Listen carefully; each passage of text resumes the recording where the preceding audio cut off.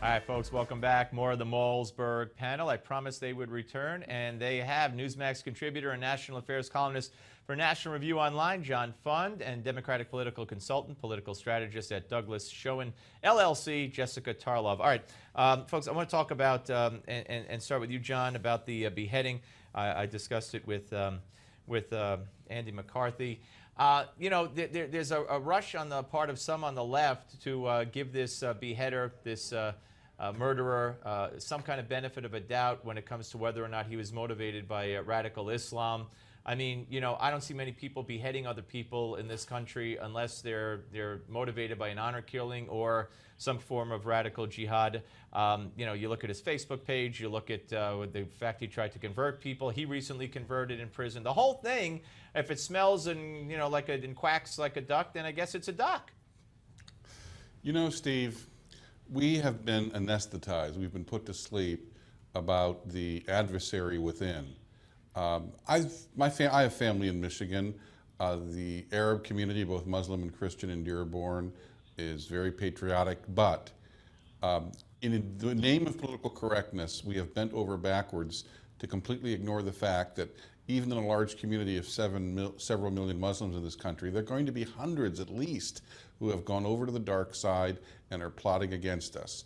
We need vigorous surveillance, and we need to know what they're up to, and we need to stop them, and we need to stop calling what they do workplace violence, as what happened with Fort Hood. Absolutely, and I want to get back to something Eric Holder, your friend, is now threatening to do before he leaves. But Jessica, you see any way that this is not related to the fact that this man was a jihadist and a radical Islamist who was doing what he wanted to do?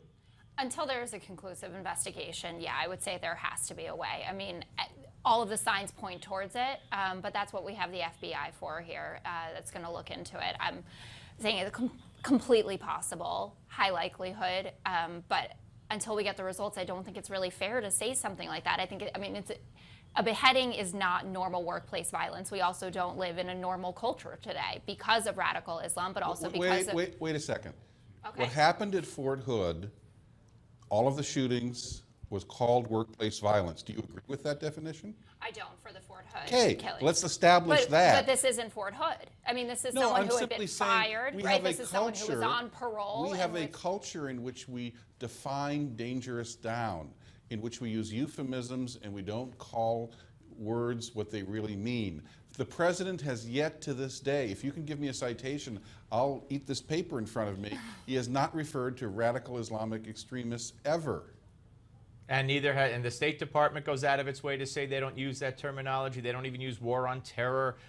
We've become so politically correct. And to that point, John, and you took the question right out of my mouth for Jessica, and I'm glad at least Jessica acknowledges Fort Hood was what it was. There's a story in the LA Times yesterday that the Justice Department is planning to ban profiling by federal law enforcement. All federal law enforcement won't be able to use religion, ethnicity, human sexuality. I'm not so concerned about that. But this is just another step towards the United States committing suicide and tying the hands of law enforcement. Look, John. Even the ever-tolerant British and Canadians use some form of profiling. It's not just the Israelis. Countries all over the world use profiling as part of a mix of identifying potential threats.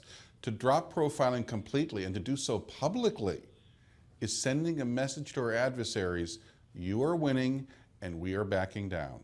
Jessica, we have a problem in many mosques, or certain mosques in this country. We know that plots have been hatched there, the Boston bombers, etc., Omar Abdel-Rahman, etc. Now you're going to tell these agents, which basically they already can't go in, you can't go in, you can't ask questions. Why? What's the purpose of this? Well, I think that there is, there's a point, it's good optics, I guess, to some degree, in that it seems incredibly fair and tolerant. But unfortunately, and I'm going to agree with you guys, we don't live in particularly fair times.